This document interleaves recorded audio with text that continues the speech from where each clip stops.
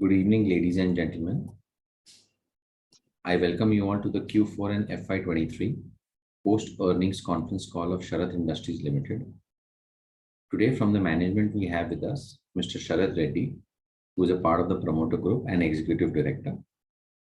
As a disclaimer, I would like to inform all of you that this call may contain forward-looking statements, and these forward-looking statements may involve risks and uncertainties. Also, this is a reminder that this call is being recorded. I would now request the management to quickly run us through their investor presentation and give us highlights for the quarter and for the year, their plans and visions for the business in the coming years, post which we can open the floor for Q&A. Over to you, Sharat. Got it. Thanks a lot, Vinay, and good evening, everyone. I'm just going to go ahead and share my screen, and we have a brief presentation which is being uploaded on the BSE side.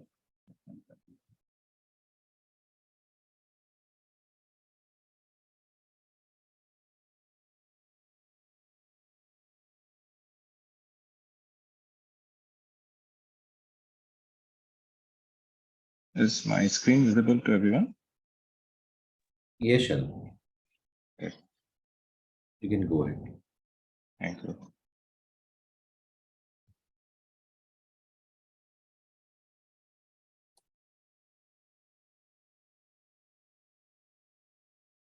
So we just have a brief presentation to take us through the company's journey as well as our results from the recent quarter and the financial year of 22-23.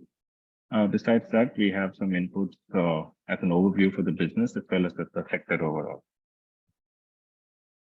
So I'm Sharat Reddy. I'm the Executive Director of Sharat Industries Ltd. We are an integrated aquaculture company based out of Nellore in Andhra Pradesh, and we are one of India's oldest aquaculture firms. We were established in 1990. We have a total of 4 divisions in the company, namely a hatchery, a farm, a feed mill, and a processing plant. The presentation here gives us insights on the capacities of each of our divisions. Our farm, which is roughly 500 acres in size, has a capacity to produce up to 2,000 tons of shrimp annually. We have a processing plant, which has a production capacity of roughly 7,500 tons per annum, and a feed mill with a production capacity of 22,500 tons. In addition to these divisions, we also have a hatchery, which has a production capacity of 500 million seedlings per annum. We have a little over 2 decades of experience in the export sector and have a master customer base of more than 25 different customers across more than 10 countries. Besides this, our domestic customer base is primarily for our shrimp feed as well as the hatchery business. Being an integrated player, these 4 divisions work in close proximity to each other. The entire operation starts off with the hatchery, where seedlings are produced. The feed mill manufactures shrimp feed, and along with the seed, which Sharat, would you like to move to the next slide? Sure. I think that's with respect to the journey of our company. No, because it's not visible on the screen, the slide change. Oh, I'm so sorry. Are any of the slides visible right now? No. Just 1 second. Let me quickly stop and resume the page. Let me do it from my end. Yeah, thank you.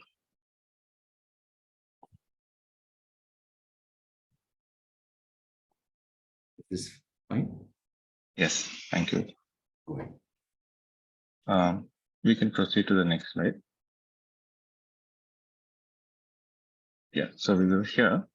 The inputs from the farm, the inputs from the hatchery and the feed mill typically contribute to growth of shrimp at the farms, which is eventually transferred to the processing plant for production and export.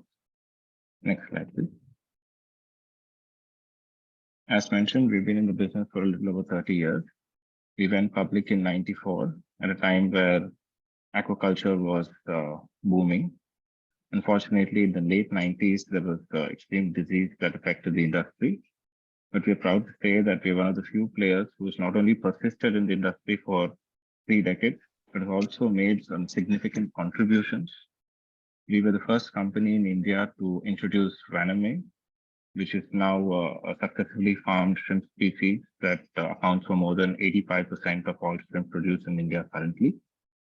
And in doing so, we were able to contribute not just to our company's growth, but to the rest of the sector as well.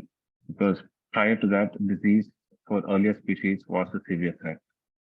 And all of this is possible because of our integrated approach towards operations and our ability to relentlessly continue R&D work, both at the farm and the hatchery level. Post that, our focus has been primarily on the export division. Next slide, please. Which contributes to a little over 2/3 of our overall revenue. This just gives a summary of the top management in the company. My father, Prasad Reddy, is the managing director and the founding promoter of the company. He's had about 4 decades of experience in the sector. I've been part of the sector for about 10 years and the company as well. My background is in mechanical engineering and industrial engineering. I did my master's in the US and I came back because I felt that this entire project had tremendous potential. And I was excited to join the family business and take it to whatever heights are possible. Next slide, please. Next slide. So with over 3 decades in the sector, we have a strong brand recall, especially amongst our customers and our vendors as well. Our strategic location in Andhra Pradesh has helped us grow the business over the years as the government, as well as the geographical advantages of being in the state, have been beneficial for aquaculture overall. We have a well-integrated farmer network, owing mainly to the success of our hatchery. And with all these connections, we typically buy back antibiotic-free shrimp, which we are able to export to premium nations such as the US, as well as countries in the EU. The vertically integrated nature of our business enables us to absorb any shocks or ripples that the sector may face from time to time. And this is one of the reasons we managed to stand the test of time despite the volatility that prevails in aquaculture from time to time. Besides this, the US has been a major destination for our exports division. And over the last 18 months, we have diversified further into some countries in the EU, Russia, which has been an emerging opportunity, as well as a few countries in the Asian region. We are widely certified. We have a 4-star BAP accreditation, which is very rare in the sector because all 4 divisions of our company are certified by an international body.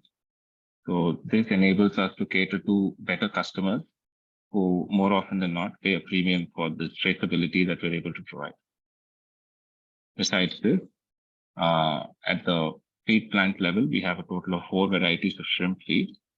And in the processing division, we have about 10 raw frozen varieties, as well as 3 cooked frozen variety products that we currently export. Next slide, please.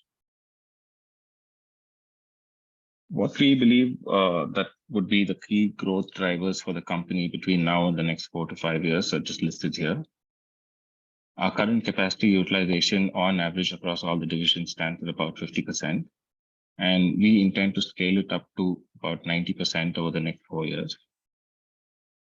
We feel that this will contribute significantly to a profit margin. And our other intention is to integrate further with our customers that we currently work with by offering them better products or higher value products, as you may call them in the sector. We have recently added a cooking line to our facility. And during the course of 22-23, we managed to gain certifications for cooked products to the US. And we intend to leverage all of that during the upcoming financial years, current years as well, to offer more ready-to-eat products to our customers. And we believe that this will not only ensure that we have a long-standing relationship for the next decade or so, but also significantly contribute to the profitability. Besides this, during the course of 22-23, we had a strategic partnership with a firm based out of Singapore. And the whole idea of associating with a biotech firm is to use their inputs for our farm division. We were able to use their biotech products to significantly improve operational yields at the farming division. And we see a long-standing path to success with this association. So a JV was started, and that has helped us build in a lot of operational efficiency at the farms. Owing to the previous success that we've seen through our consistent efforts in R&D, we will continue to invest our time and effort in furthering efficiency at farm levels through various technologies that currently exist. And we intend to continue to share updates on the same as the months move on. Next update, please. Next slide, please. So overall, increasing our capacity utilization, improving the product offerings to our customers, and working backwards at the farm level to reduce risk of antibiotics and improve productivity in terms of lower cost farming. We believe that we will be able to achieve a significant growth in our EBITDA margins over the next 3 to 4 financial years. We've seen a sizable increase during the course of the recently concluded year and have every reason to believe that we are on a right path to a long-term success. Next slide, please.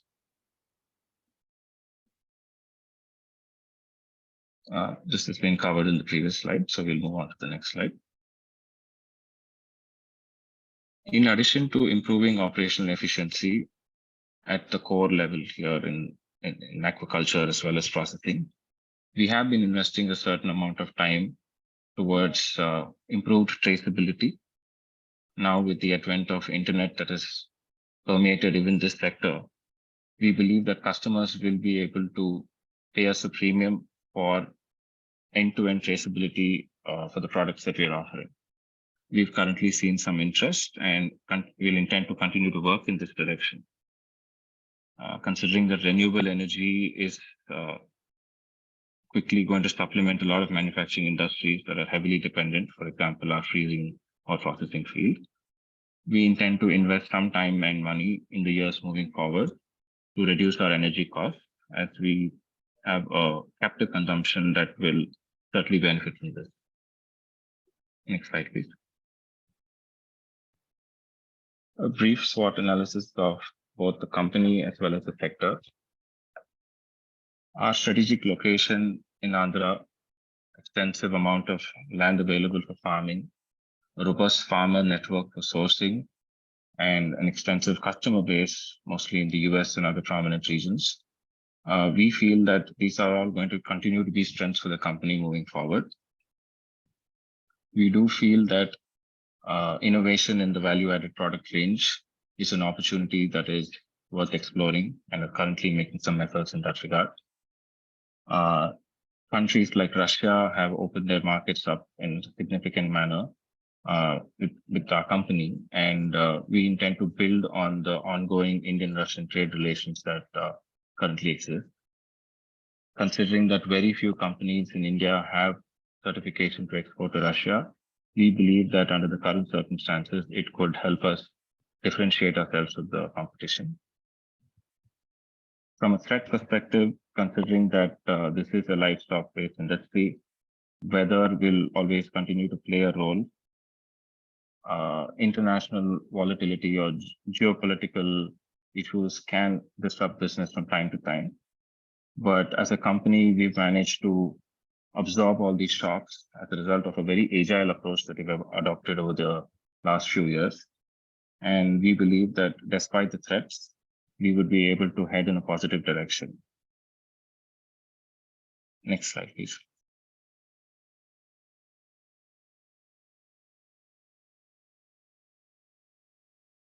So some key highlights from the year that has recently ended.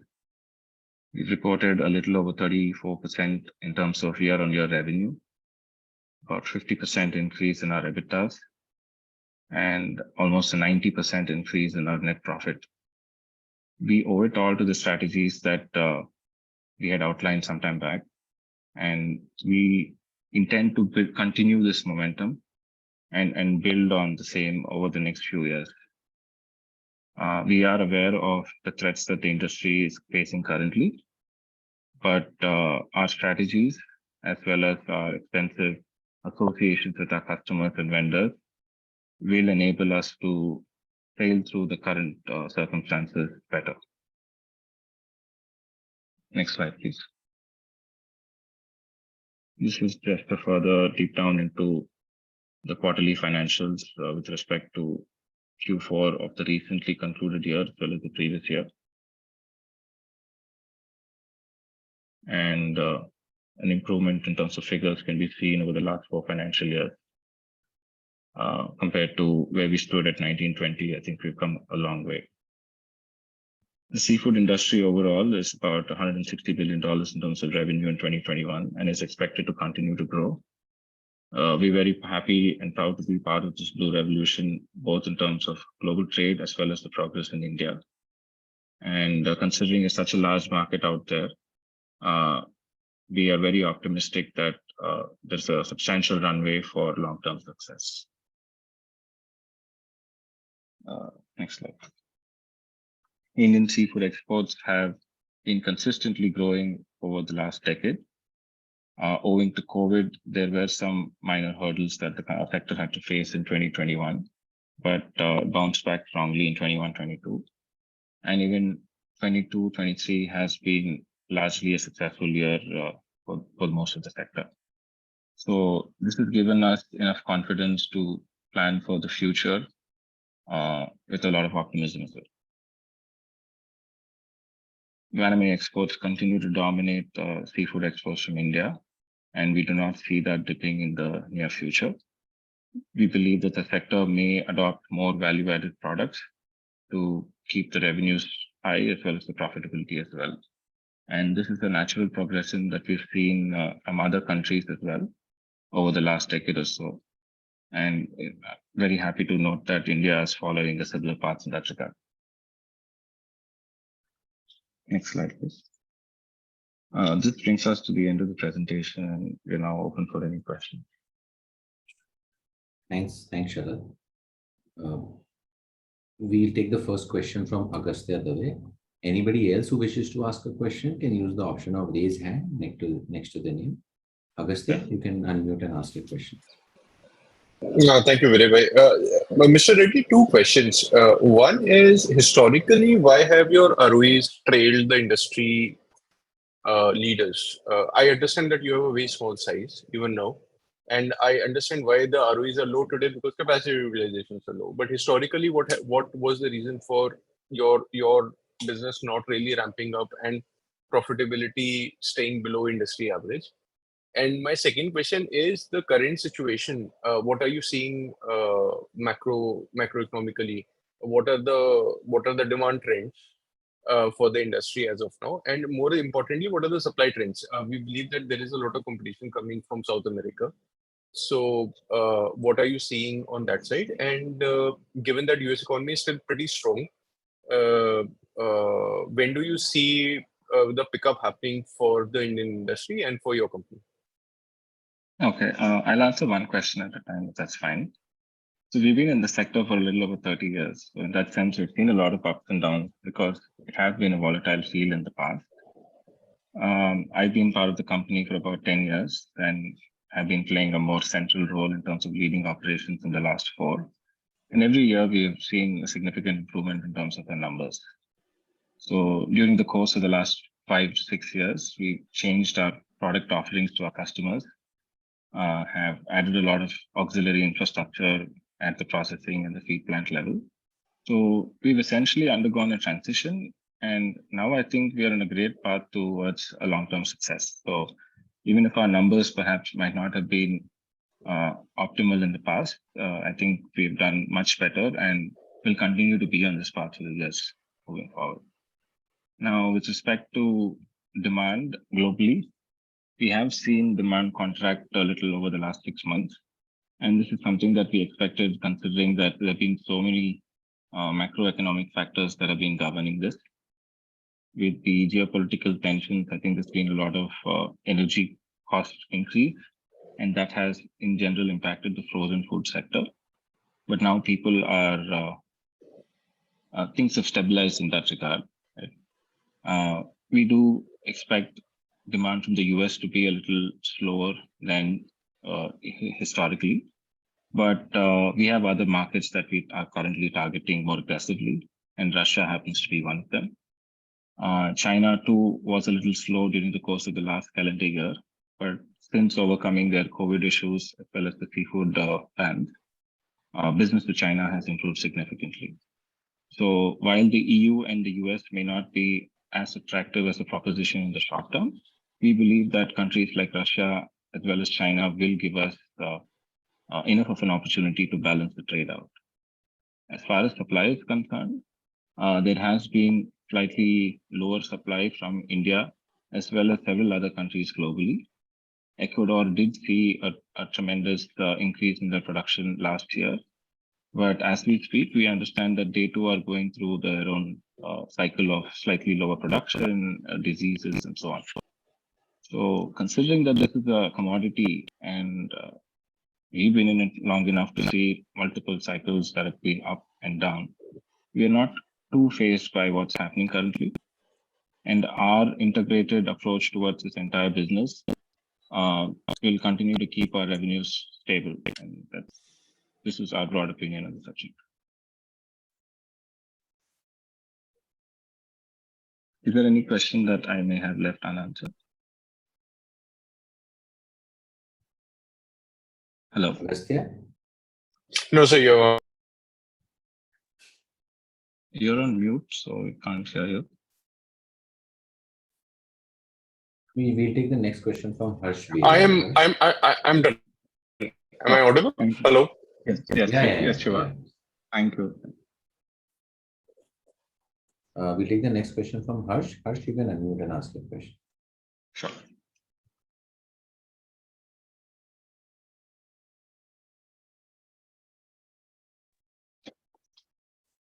Hi, Emma.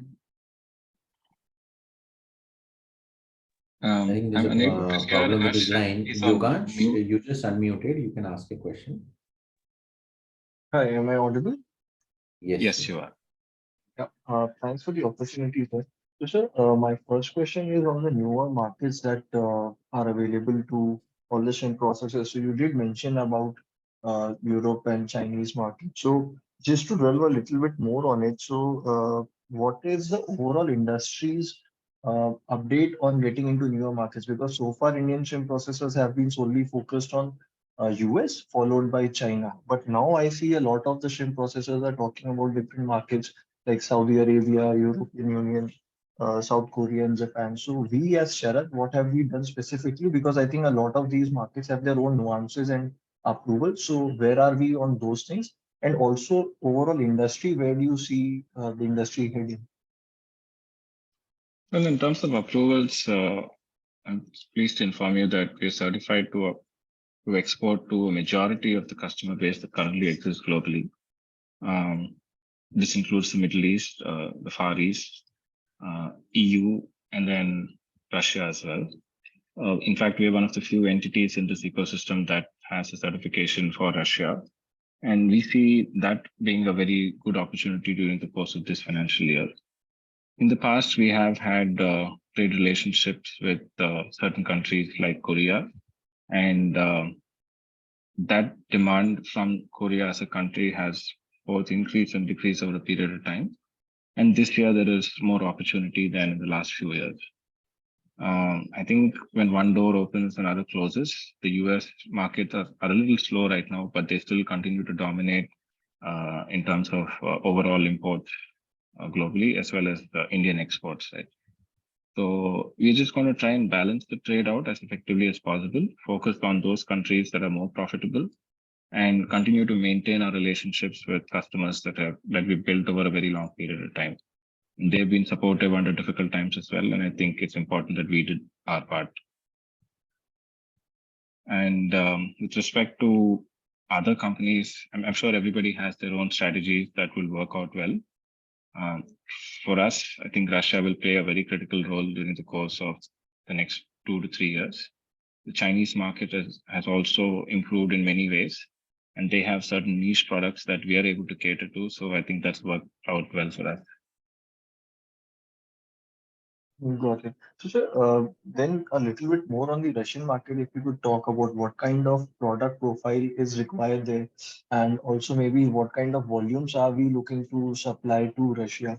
And I'm not looking for any specific numbers, but just a broad sense of things. Say, suppose today 90% of our business is coming from US. Say 1 year, 2 year down the line, can this mix change to 20-30% coming from Russia or maybe some other markets? And overall, what is the kind of margin profile? Is Russia market like to like similar with US का market profile, margin profile, or it is lower than that? Like China, we understand is a more commodity market, right? So I'm just trying to get a sense on those lines.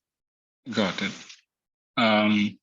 So the Russian market in many ways is actually more lucrative than the US market currently. I think considering that their supply from other countries has dwindled due to certain geopolitical reasons, Indian exporters to Russia have been seeing a significant premium compared to other countries. With respect to China, yes, it has been commoditized for a while, but it's also the case sometimes when it comes to the US market. It's a very competitive market out there. But so as long as there are certain niche products within the shrimp industry that companies can cater to, the margins still exist. And last year, a majority of our focus was in the US. A little over 80% of our overall exports were to the US. And Russia made up roughly about 10% because we were a little cautious during the first half of the calendar year, especially when the war began. But once it was clear that there is an opportunity here and that the trade ties had actually improved, we started increasing our offerings. This year, we see more than 20% of our overall exports to be to Russia. And so far, we are on track to that. Okay. That's really helpful, sir.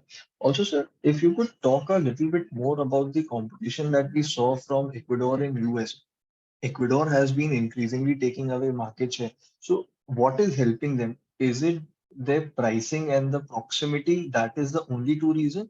If yes, then how going forward are we going to change anything? Because the proximity issue cannot be changed beyond the point, the scale at which Ecuador is now. I think then economies of scale have kicked in. So again, in terms of competitiveness, there'll be a difficulty, pushing them back. So going forward, how do we see this competition specifically from Ecuador in US market? There are multiple theories here, and I can probably offer a few opinions from my side. The Ecuadorian market primarily catered to China initially, or the exports from Ecuador were actually focused on the Chinese market for the most part. And when China underwent its own bans with respect to COVID and other factors, Ecuador had to look for an alternative. Right?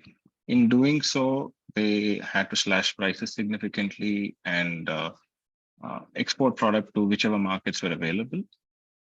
What they have done has not been conducive for the sector, and I think a lot of exporters would reflect the same. As we speak, the farmers and a lot of people in the supply chain in Ecuador have been facing the repercussions of this. So we don't expect the trend from the previous year to continue for a long time, as it may not be sustainable for that country. Agreed that they have the advantage of closer shipment times or shorter shipment times to the US, but a vast majority of the US market it consumes retail ready products. And that is something that Ecuador has not really developed yet as from a processing standpoint. They've been very strong as a farming country, but most of the product that they export typically goes for reprocess, and which is why the Chinese market was their major customer. So when things even out post-COVID, etc., we expect there to be a rebalance, if I may. And in that sense, the Indian market share will not really be affected much because we've been, as a country, a very strong supplier to the US, both in terms of quality, consistency, and price. So this is a blip, and we don't see this going on for too long. So, sir, when we talk to our customers, so do we see, I'm asking this on a qualitative standpoint, that do we see our customers differentiating between an Ecuadorian company supplying to them and a Indian company supplying to them? So what I'm trying to understand is Indian supplier considered better compared to Ecuador? So once the things normalize, US customers will like to shift back to India. Will that be the case, or there will be some pushback from the customer also, keen will stick to Ecuador only? So a lot of this depends on the type of product. In under shrimp, there are so many categories in terms of how a product can be processed and exported. I think the US still prefers India for several products because we have established consistent quality over the years. And it's also something that other countries such as Ecuador may not be able to replicate in the short term because it's a highly labor intensive process and labor is typically optimally priced in India, right? From a global perspective. There will be some products that we may not be able to compete with Ecuador with, both in terms of price as well as lead time. But besides that, I don't see too much of a shift because the customers are also loyal to India as a country, as we've been a great part of their growth journey. Got it. That's really helpful. If I may squeeze in one more question, or I can come back in queue, whichever way you suggest. You can continue, Harsh. Sure. Thanks. So, sir, just on the general industry capacity point of view, so last 1.5 year, we saw a lot of players expanding capacity because of the expected growth that the whole industry was seeing, but suddenly things turned, and now we have a situation wherein everybody's capacity has come on stream. And so first, if you could say what is the overall industry levels capacity utilization, and also going forward, do we see for next 1 year or something this excess capacity will trouble us, or will this phase out in say by Q2, Q3? I honestly might not be able to speak much for everybody else. I think it is true that capacities have increased, but in many cases, it's quite common for people to renovate or build new capacities and close down earlier ones. So I'm not sure what the strategies of other people in the sector may be.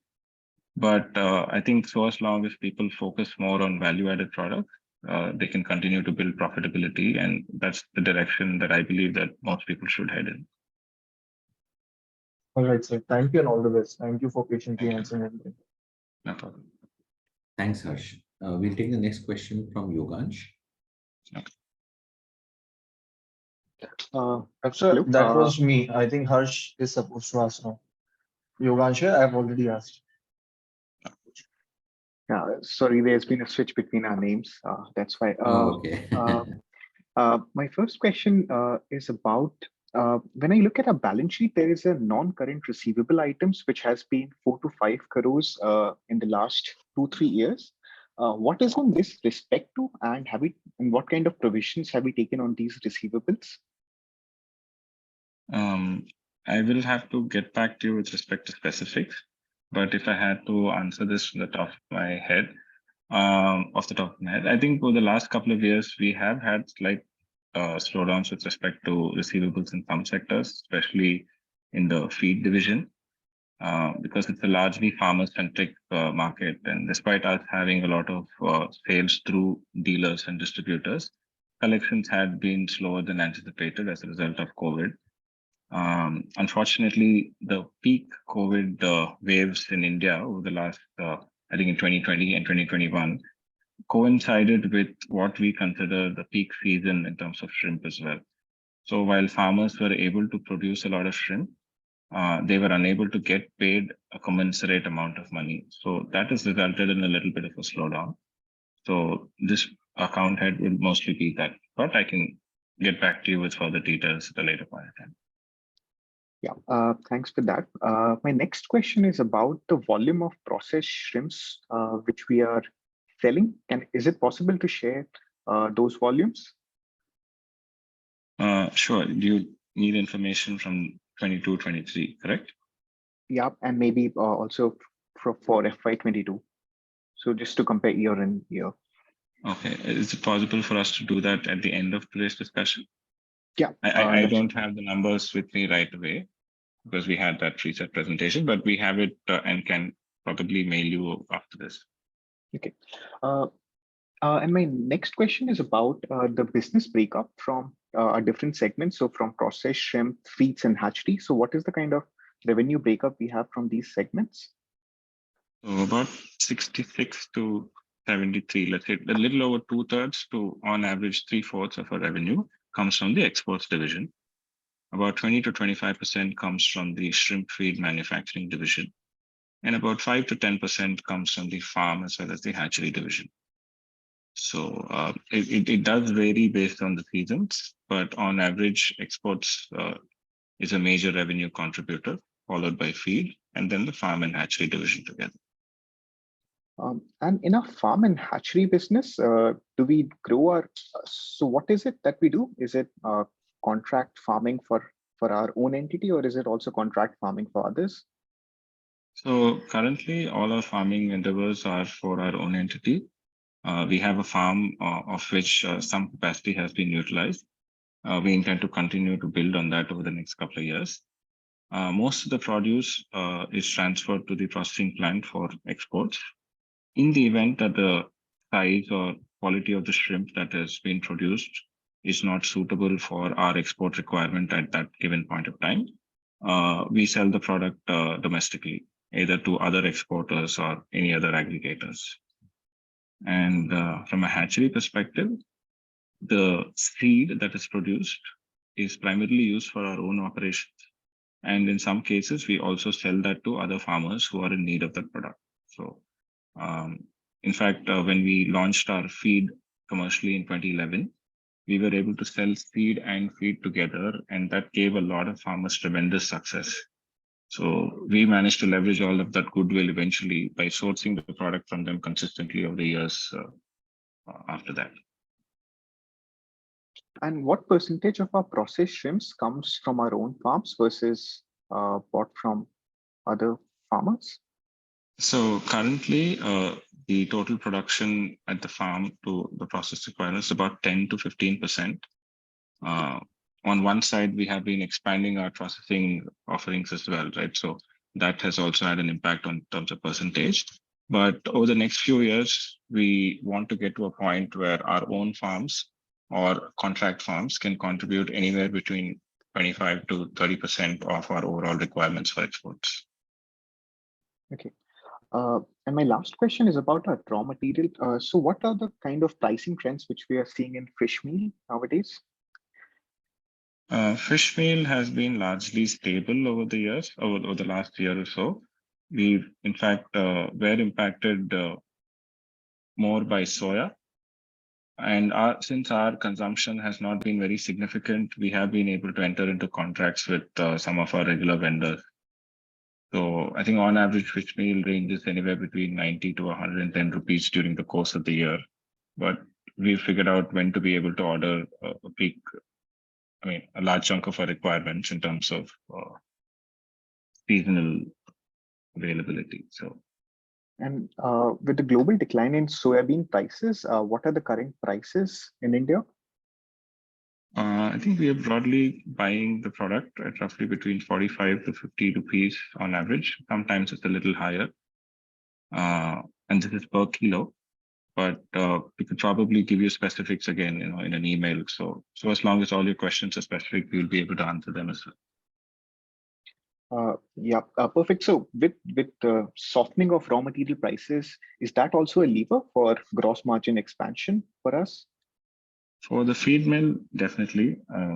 Compared to calendar year 21, I think 22 was a lot more stable, and we did see a significant reduction in key raw material prices. So that did contribute to the gross margin at the feed division. Okay, I'll come back in the question queue.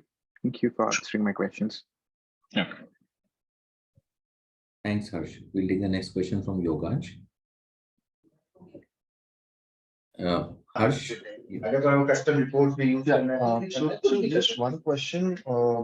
Couple of months back, there was a news article that, after the prices of feed were increased, the government had stepped in and asked to, roll back the prices, and the industry had to do it. So Now, what is the situation like on ground? Is the government still, getting involved into a lot of it, or now that thing has passed? You are right in terms of the government intervening at an earlier point. I think at that point, they just wanted to ensure that there was less volatility in the aquaculture market, one way or the other. And it was largely done to protect the interests of the shrimp farmer, who's very, very essential for the entire supply chain. In the recent past, there has not been any significant involvement from the government side. So we'd like to believe that it was a one-off. And now with the because again we are seeing news articles of Indian shrimp farm gate prices crashing down, and so are we expecting any similar move by the government to come in and maybe this time put a tax on the processor to do something so that the pain from the farmers can be taken away? Are we expecting something on those lines? That did take place briefly towards the end of the last calendar year. And while there was a lot of industry government interaction, I think people also were able to set up effective channels of communication to reduce such volatility. So currently, of course, there is a reasonable amount of speculation on the prices, but we expect things to be fairly stable moving forward. And that way, the government and industry have been on better communication terms compared to previous year. Got it. Thank you. Take the next question from Suman Agarwal. Good evening, Mr. Reddy. Looking at the revenue breakup, we can see that 66% comes from your exports, 25% from the feed, and the rest is from farm and hatchery. So my question is, can you give us the margin breakup of all the verticals?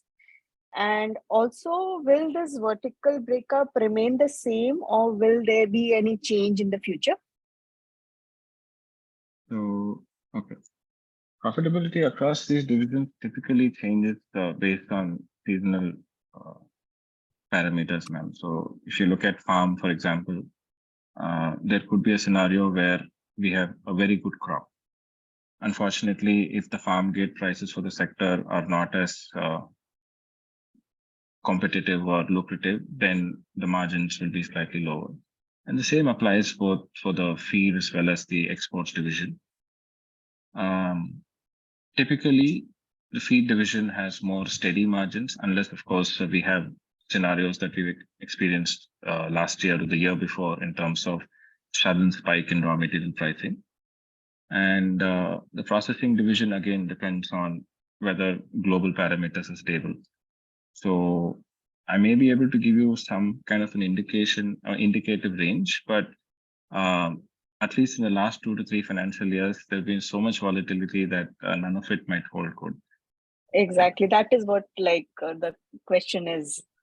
Right. So what's really worked for us, and maybe a part of good fortune as well, is that every year we've noticed, especially in the last 3 years, that while one division may be under a little bit of duress because of certain factors that we can't control, another division has stepped up. So last year we had a good contribution from our farm division, and that really helped us to keep the profitability stable. But so some good fortune here, and then it has to probably compensate for all the other factors that we're not able to really influence as a small and medium company in the sector. Okay, sir. And sir, does this revenue breakup remain the same in the coming years, or do we increase or decrease somewhere? I think broadly speaking, the exports will continue to contribute anywhere between 2/3 to 3/4 of our overall revenue. Okay. And I think the feed will also remain the same. If anything, by trying to ensure that more of our farm produce is absorbed by export division, we might see that dipping a little. So it may remain 5% or less, but may not increase towards 10%. Okay, thank you. Thanks, Suma. We'll take the next question from Rajiv. Sure. Hello. Thank you for the opportunity. My first question would be, can you throw some light on the strategic partnership that you are talking about, and which all areas would this be in? Okay. So the strategic partnership or the joint venture that we started last year was with a company that's into biotechnology, essentially. So this is a Singapore-based company that has operations in India. And while most of their products have been in the agri sector, over the last few years, they've developed a few probiotics for aquaculture and primarily for shrimp farming. So our objective was to use their products for our operations in the farm and reduce the risk of disease and also improve efficiency in terms of the amount of shrimp that we grow per acre. So typically tonnage or productivity has improved for us. And these pilot projects have given us a lot of insights in terms of how we can scale rapidly over the next few quarters or years. And eventually we hope to have a series of satellite farms which could increase our own farm contribution to the exports division. Because we believe that unless we are anywhere between 25 to about 33% own farm contribution to exports, we might not be able to effectively absorb any other ripples that may come in the future. And I think that model has been quite successful in other sectors as well. So. Okay. My next question is, can you share your geographical revenue breakup and which geography could become a major share in revenue as you grow on? While I don't have the figures right now, I will be able to share the specifics later, maybe through an email. But broadly, about 75 to 80% of our overall revenue from exports has come from the US in the last year and the year before. The rest has predominantly been the Asian market, out of which Russia is a part. And moving ahead, we might steer a little away from the US and focus on other markets as well. So we could see the 75-80% dipping a little bit, maybe closer towards the 60s in the upcoming or the current financial year. Okay, thank you. Sure. Thanks, Rajiv. Anybody else who wishes to ask a question?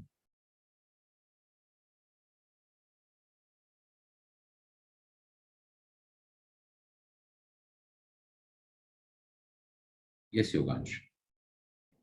Yeah, so I would like to ask a few questions about a shrimp export business. So, what percentage of our business, or what percentage of our processed shrimps do we sell to distributors versus end retailers? So, about 80% of our product goes to distributors primarily because they have the ability to store the product and then distribute it to the retail stores based on their requirements. There are a few instances, for example, in take Russia as an instance, where we are able to sell to retailers as well, but these are very large retailers who have sufficient infrastructure to source and store the product for a few months before eventually selling. And do we get better realizations when we sell directly to retailers? Because I imagine we'll be selling processed shrimps to them, the final cooked shrimps to them. Retailers also sell raw frozen products. There are some instances where the realizations are better when we sell to retailers. But what we have noticed is large retailers are also just as picky when it comes to price, quality, and delivery time. So since it's a very transparent industry currently, and we mostly white label, we've not been able to see significant jumps between our distributors as well as some of the retail customers. I think when we are in a position to create a brand of our own or go into very niche products, we could see those incremental numbers. This is probably good fortune from working with good distributors as well. So there's not been too much of a difference there. Okay. And I think last year we did the capex for a new cooked product division, something 4 to 5 crores capex. So what's the kind of capacity that we put up for this division? So the capacity in terms of, I'll give you the figure in terms of kgs per hour. But in an annual basis, I think we could produce anywhere between 1,500 to 1,800 tons of cooked product per year with this machine.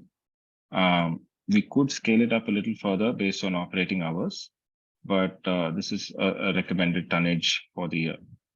So that could represent close to about a third of our overall freezing capacity as it stands presently. And what is the kind of realization difference that we see when we sell this product versus raw frozen shrimp? Okay. On average, we've noticed that if the markets are like the US, for example, which are generally steady markets except for now, there is anywhere between a 4 to 5% difference in the EBITDA. Sometimes it could be a little higher depending on the size of the shrimps as well.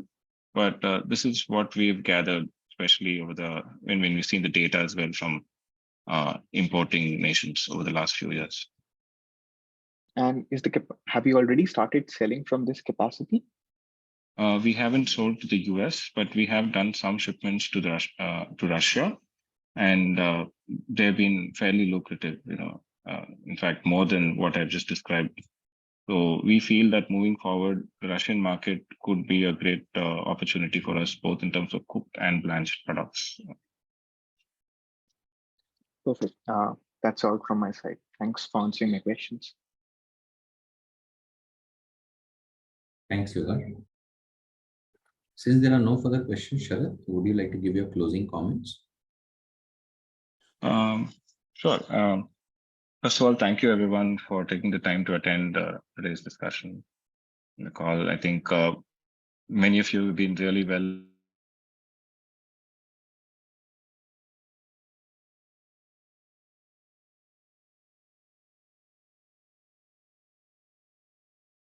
a lot of this in the past as well, probably worse.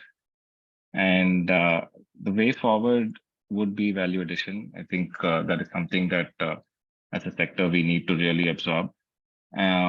Backward integration in terms of farming for every processing plant is also important because customers are becoming more and more cautious or picky when it comes to knowing where the product comes from. So it would be important for the sector to adopt a few changes there. Other countries have seen spurts of growth over the last few decades as well. But typically, as with the case of most livestock, these sudden spurts come with certain other repercussions in the medium to long term. And as we speak, the same seems to be occurring to some of the competing nations as well. So all these factors put together, like as a company, we are fairly bullish in terms of our strategies. And maybe it's just something to do with the youth of today, but we remain optimistic, right? I think COVID has taught us a lot of things, and that has really changed the mindset both amongst us as promoters in the company as well as the employees and the team that's been supporting us. So that's where we stand. But it's great to see that not only people from the sector, but everybody else is also sufficiently aware. I think that's probably testament to the fact that the shrimp industry and aquaculture overall has done fairly well over the last decade to attract everyone's attention. But thanks a lot for your time again. Thanks a lot, Sharat, and thank you all the participants for joining on this call. Sure. Thank you.